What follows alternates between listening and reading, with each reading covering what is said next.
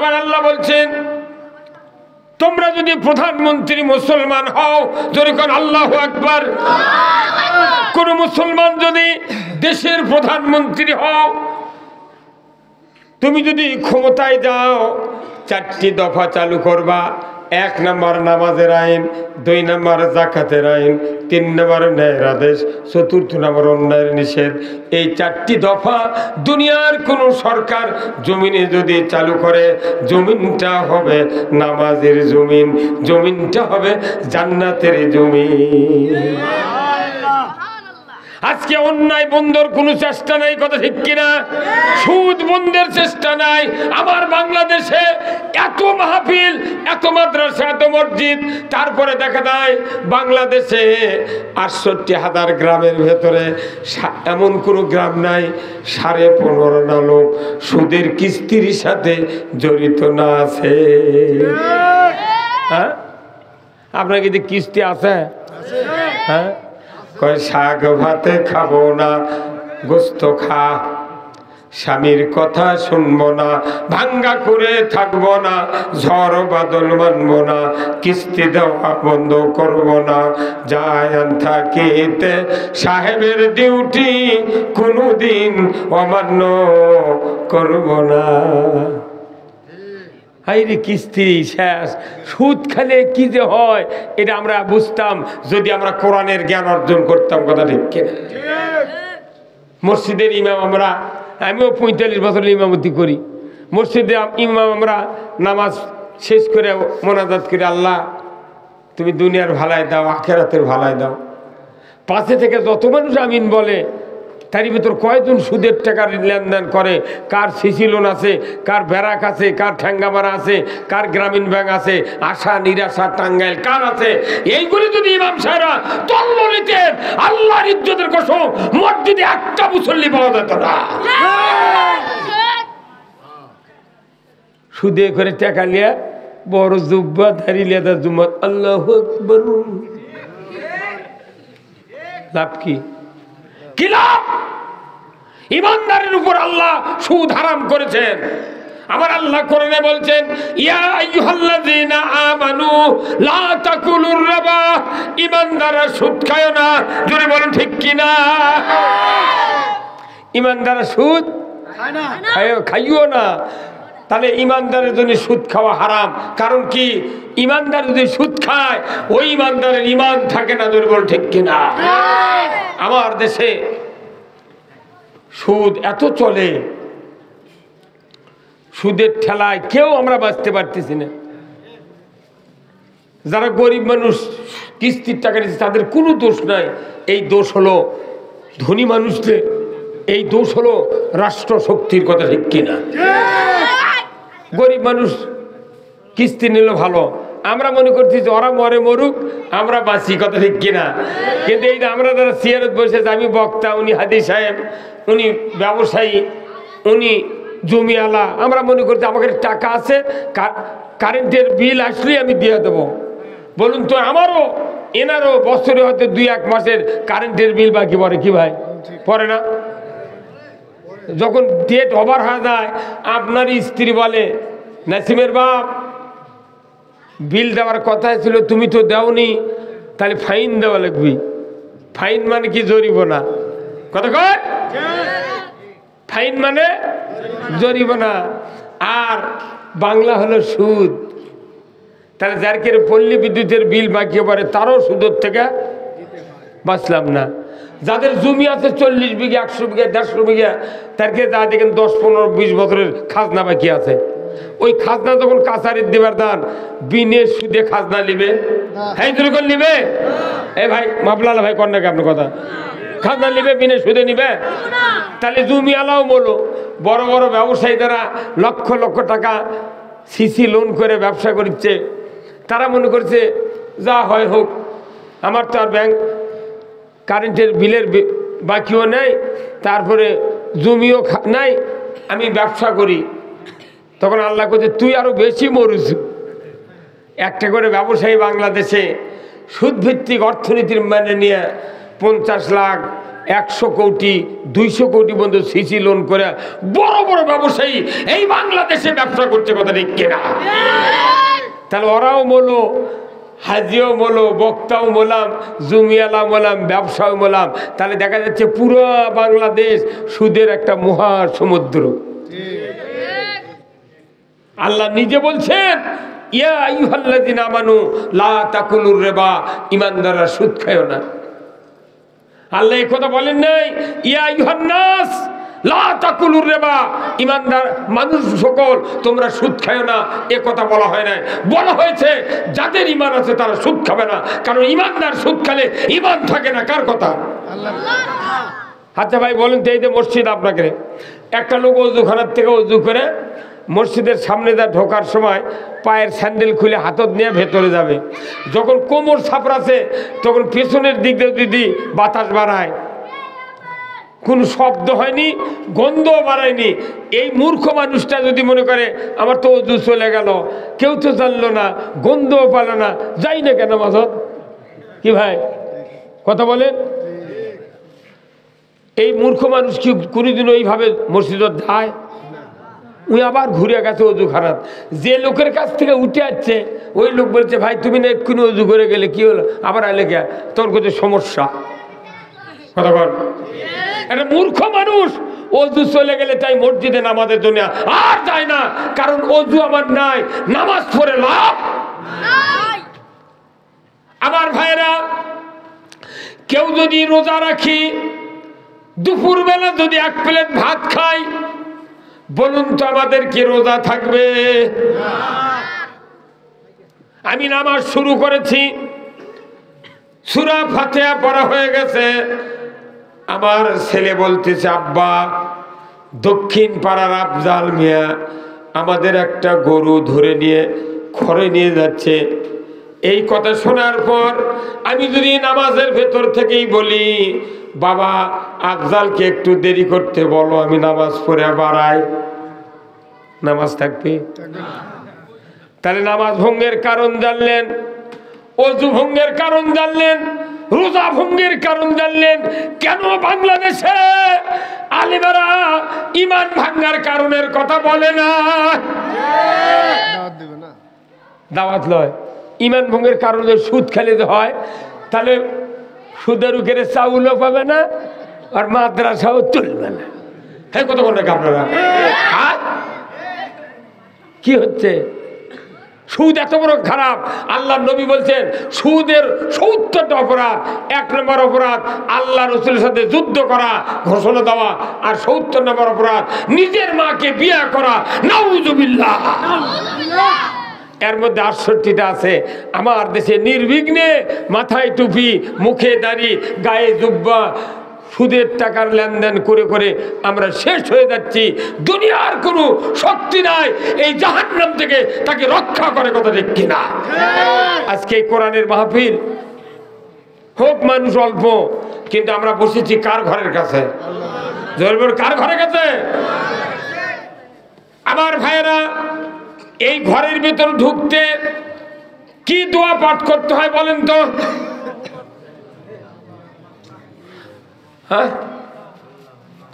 আল্লাহুম্মা ফতাহ লি আবওয়াব রাহমাতিক, হে আল্লাহ তোমার পবিত্র ঘরে আমি প্রবেশ করতেছি, তুমি আমার জন্য রহমতের দরজা খুলে দাও। এরপরে নামাজ শেষ হয়ে গেল, যখন বেরিয়ে যাচ্ছি তখন আমার আবার দোয়া পড়তে হয়, আল্লাহুম্মা ইন্নী আসআলুকা মিন ফাদলিকা। আল্লাহু আকবার। হে আল্লাহ, নামাজ থেকে বিরত হওয়ার পর আমি জমিনের দিকে বেরিয়ে যাচ্ছি, তুমি আমার জন্য জমিনের বরকতের দরজা খুলে দাও।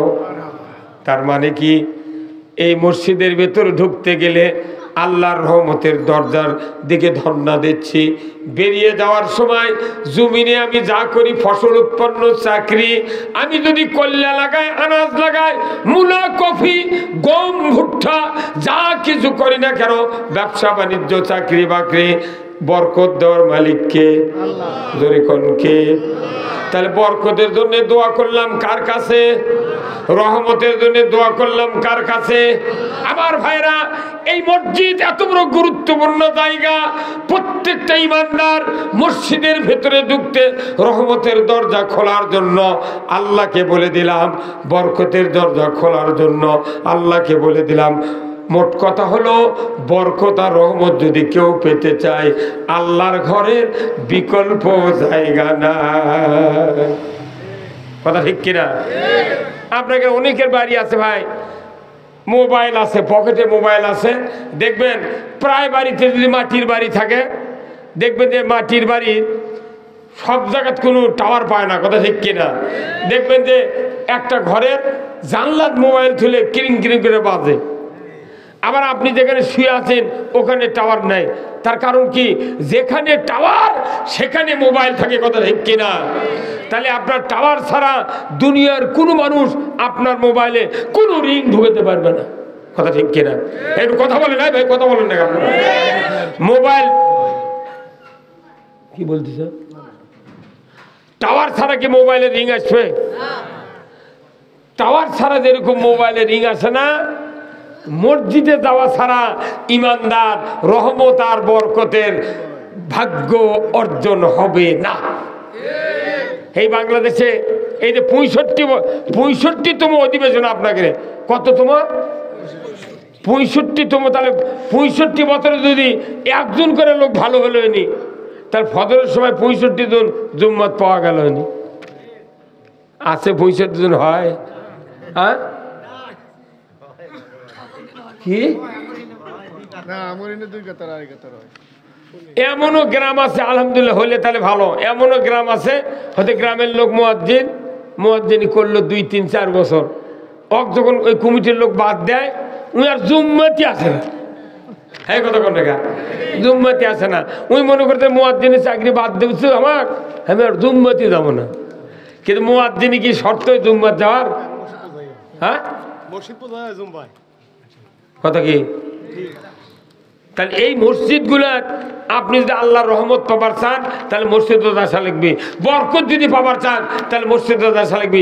কিন্তু আমার দুঃখ, বাংলাদেশে 18 কোটি ইমানদার খালি কয় লড় ভরে ভরে জুম্মাত যায়, একজনের বেটা মসজিদ যায় না। কি নামাজির নামাজ মিঠা, মুসল্লির মিঠা অজু, বেনামাজির গান মিঠা, সুরের মিঠা কসু। আমার দেশের ইমানদারের সমাজে বাপ বুড়ো হয়ে গেছে, নামাজ পড়ে কিন্তু বেটা করুক জুম্মাত নিয়ে যেতে পারে না। অনুরোধ করছি, আপনি আমি বাপ পিতা, আমার দায়িত্ব, আমার সন্তান যদি ছেলে হয় 7 বছর থেকে তাকে হাত ধরে ধরে মসজিদে হাজির করতে হবে। কথা কি? কিন্তু 22 বছর যা সলক করছে, তুই যদি নামাজ না পড়িস তোর হাড্ডি ভাঙবো। বেটা করছে কি? বেটা করছে, আব্বা আমার যেরকম বয়স এখন, এই সময় তুই ভালো আছিল। কথা কা ময়না, অনুরোধ করতেছি 7 বছর বয়সের থেকে নিজের সন্তানকে মসজিদের নামাজের জন্য নিয়ে যেতে হবে। কিন্তু আমার দেশে তাই আছে, পরিবেশ আছে নেই। কত বড় হয়নি, শোল বড় হয়নি। কত বড় হবে? আমার দেশে কমপক্ষে 42 বছর একটা যুবক নামাজ ধরে। 42 বছর যে যুবক 42 নামাজ ধরলো, ওর বেটা 62 নামাজ ধরবে। কোথায় মুসলমান? মুসলিম আমি, সৈনিক আমি, আমি চির নবীর, আল্লাহকে ছাড়া কাউকে মানি না, নারাই তাকবীর। মুসলিম আমি, সৈনিক আমি, আমি চির নবীর, আল্লাহকে ছাড়া কাউকে মানি না, নারাই তাকবীর। বীর মুসলমান ধরো আল কোরআন, ফিরায়া আনো সেই হারানো সম্মান। বীর মুসলমান নারাই তাকবীর, আল্লাহু আকবার, তুলো ধুনি ধরায়া রাখবার। বীর মুসলমান ধরো আল কোরআন, ফিরায়া আনো সেই হারানো সম্মান। বীর মুসলমান, জোরে কান মারহাবা। আমরা বীরের জাত, কোরআন মানলে তাই বীর হয়, কোরআন না মানলে বীর নয়, তাই চাউলে ক্ষীর হয়ে যায়। অনুরোধ করতেছি আমার সন্তানগুলি যে কয়জন আছে পাক্কা নামাজি বানানোর দায়িত্ব ওই পিতা মাতার, কথা ঠিক কিনা? এই কে তো কে দিকে তাকা ওটা বাড়া বাড়া, হ্যাঁ বাড়া বাড়া, আরে বা এই বুদ্ধি কে দিচ্ছে রে? না না না না উঠি চা খাবি গা, ওই শুনবি শুনুক, চা দেওয়া হবে না তো। খবরদার রে, কোরআনের মজমা, কোরআন শোনা লিখব না। এমনি মানুষ অল্প, কি কথা ঠিক কিনা? তার মধ্যে ঘুরতে ঘুরতে কথাও বার করা যাচ্ছে না। আচ্ছা কন তো, যে গাভীর দুধ হয় না এক কেউ গাভীর মালিক খিলায়, যে গাভীর দুধ দহন করতে করতে বালতি যত ভরবি মালিক তত ভুসি কিলে। আর যে গাভীর দুধ হয় না খেপে কয় ও খিলে বের পারবো না। কথা কন, আমি আপনাদেরকে কথা বোঝানোর জন্য একটু কথা বলতে চাচ্ছি, কিন্তু আপনারা চিৎকার করে ঠিক না ব্যাঠিক ফিডব্যাক রিপ্লাই দিতে হবে, কথা ঠিক কিনা? আপনারা যত জোরে কথা বলবেন আমি তত জোরে কথা বলার সাহস পাবো, জোরে বল ঠিক কিনা? আমার ভাইয়েরা, বক্তৃতাতে নামাজ হবে না। আমার আল্লাহ বলেছেন রাষ্ট্র শক্তি যদি বলে আজ থেকে নামাজকে বাংলাদেশে কায়েম করা হলো আইনের মাধ্যমে, যে ব্যক্তি এক ওয়াক্ত নামাজ কাজা করবে ফেতরা পরিমাণ ৭০ টাকা জরিমানা, বেতের ৬ ওয়াক্তের ৪২০ টাকা জরিমানা দিতে হবে। আর এক ওয়াক্তের জন্য ২.৫ ঘন্টা হাজত। কেউ যদি ৬ ওয়াক্ত বেতের সহ নামাজ কাজা করে, মসলা এসেছে ৬ ওয়াক্তের কাফারা তাকে দিতে হবে। আর ৬ ওয়াক্তের হাজত যদি খাটতে হয় ১৫ ঘন্টা খাটতে হবে। আমার ভাইয়েরা, এদেশের কোন সরকার যদি নামাজ কায়েমের শাস্তি ঘোষণা করত, জরিমানা যদি শাস্তির যদি ঘোষণা করত, আর বলে দিত ইমাম সাহেব, মুয়াজ্জিন সাহেব, যারা সমাজে নামাজ আদায় করে না তাদের বেনামাজির তালিকা তাড়াতাড়ি করে বেলকুচি থানায় ওসির কাছে দিয়ে দাও। আজকে 5:30টায় ফজর হবে আজান, যদি সরকার আইন করতো রাত 3:30টার থেকে বেনামাজির বউ, বেনামাজির স্ত্রী, বেনামাজির বাপ মা সবাই সজাগ হয়ে বলতো বাবা ওঠে, কে আব্বাকে এত রাত্রে ওঠা? যা, সরকার আইন করছে এক ওয়াক্ত নামাজ কাজা করলে ৭০ টাকা জরিমানা, ৬ ওয়াক্তের জন্য ৪২০, আর এক ওয়াক্তের জন্য ২.৫ ঘন্টা হাজত। তোর ৬ ওয়াক্তের জন্য ১৫ ঘন্টা হাজত। তুই যদি হাজত খাটতে পারিস, জরিমানা যদি দিস, তাহলে ঘুম পার। আর যদি তা না পারিস, অজু করে মুয়াজ্জিনকে ডাকিলে মসজিদে যা জরিমানা দেখে না। এই আইন যদি করতো সরকার, আজান লাগতো না। আজান লাগতো? আইন লাগবে নামাজের, আইন লাগবে চুরি বন্ধের, আইন লাগবে জানা বন্ধের, তবেই পৃথিবী শান্তি হবে, কথা ঠিক কিনা? আমার দেশে কত চুরি চাট্টার হচ্ছে, আহা!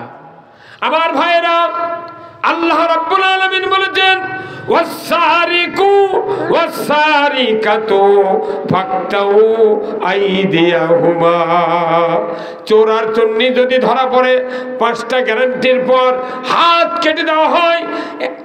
খাদ্য, বস্ত্র, চিকিৎসা, শিক্ষা, বাসস্থান, এই 5টা গ্যারান্টির পর দুনিয়ার কোনো মহিলা যদি চোরনি হয়, কোনো পুরুষ যদি চোর হয়, আল্লাহ বলেছেন রাষ্ট্র আইনে, আল্লাহর আইন দিয়ে যদি বিচার করে হাতটা কেটে দেওয়া হতো, ডিসেল লাইনে যদি দেখানো হতো, বিটিভি, এনটিভি, সিটিভি, 21, 24, 71, 75, 76 চ্যানেলে যদি একটা চোরের হাত কাটার দৃশ্য বাংলার জমিনে দেখানো হতো, গরু চুরি, হুন্ডা চুরি, স্যান্ডেল চুরি, মানুষ চুরি তো দূরের কথা, পুকুরের একটা মাছও চুরি হতো না, চুরি হতো না। হুন্ডা এটি থুয়ে দেবেন, 6 মাস থাকবে, কেউ নেবে না। স্যান্ডেল থুয়ে দেবেন, স্যান্ডেলের ধুলে পরে, ধুলে স্যান্ডেলের উপর ঘাস উঠেছে, তাও চুরি হবে না। বাংলাদেশের চুরি বন্ধক আপনারা কি চান? কারা কারা চান দেখি 2 হাত তুলে দেখান তো। মার হওয়া চাই, চাই ঠিক, কিন্তু চাওয়ার ওই চুরি বন্ধের আইন চায় না। খালি চুরি বন্ধক, কিন্তু আইন চায় না। কতক্ষণ? আমার ভাইয়েরা, বাংলাদেশে জানা হয় কি হয় না? জানার চোটে পুরা বাংলাদেশ জাহান্নামে পরিণত হয়ে যাচ্ছে। পেপার খুললেই জানা, ধর্ষণ, আর ধর্ষকের চেহারা দিয়া পেপারে কাটিং দেয়। আমার আল্লাহ বলেছেন দুনিয়ার জমিনে যদি ধর্ষণ বন্ধ করতে চাও তাহলে 5 মিনিট সময় লাগবে। আল্লাহর বান্দারা, যদি বিবাহিত পুরুষ বিবাহিতা নারী যদি জানা করে, যদি সাক্ষী প্রমাণে প্রমাণিত হয়, আমার আল্লাহ বলেছেন পুরুষের কোমর পর্যন্ত মাটির ভেতর গেড়ে দেওয়া হবে, মহিলার সিনা পর্যন্ত গেড়ে দেওয়া হবে। পঞ্চগড়ের পাথর কিংবা ইট ভাটার পিকেট আদলা করে হাড্ডি গুটি মাটির সাথে পাথর মেরে মিশিয়ে দেওয়ার দৃশ্য ডিসেল লাইনে যদি দেখার হতো, বুড়া বুড়ি সরাসরি চ্যাংরা চ্যাংরি যুবক যুবতী আল্লাহর ইজ্জতের কসম জানা করা তো দূরের কথা, জীবনে মিস কল কেউ আমরা দিতাম না,